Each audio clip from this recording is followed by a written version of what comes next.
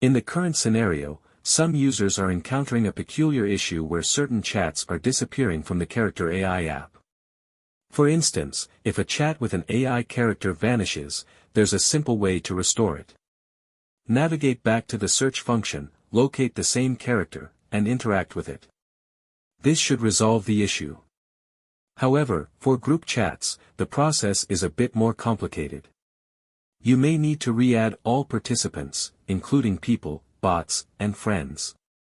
Unfortunately, some users are experiencing the loss of private chats as well, indicating a broader glitch within the app. To address this, ensure that your app is updated to the latest version.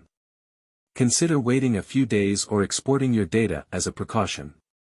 If the problem persists, reaching out to support via the Character.ai website and creating a support ticket may provide assistance. Nevertheless, the root cause appears to be a persistent bug within the application, without a clear resolution at this time.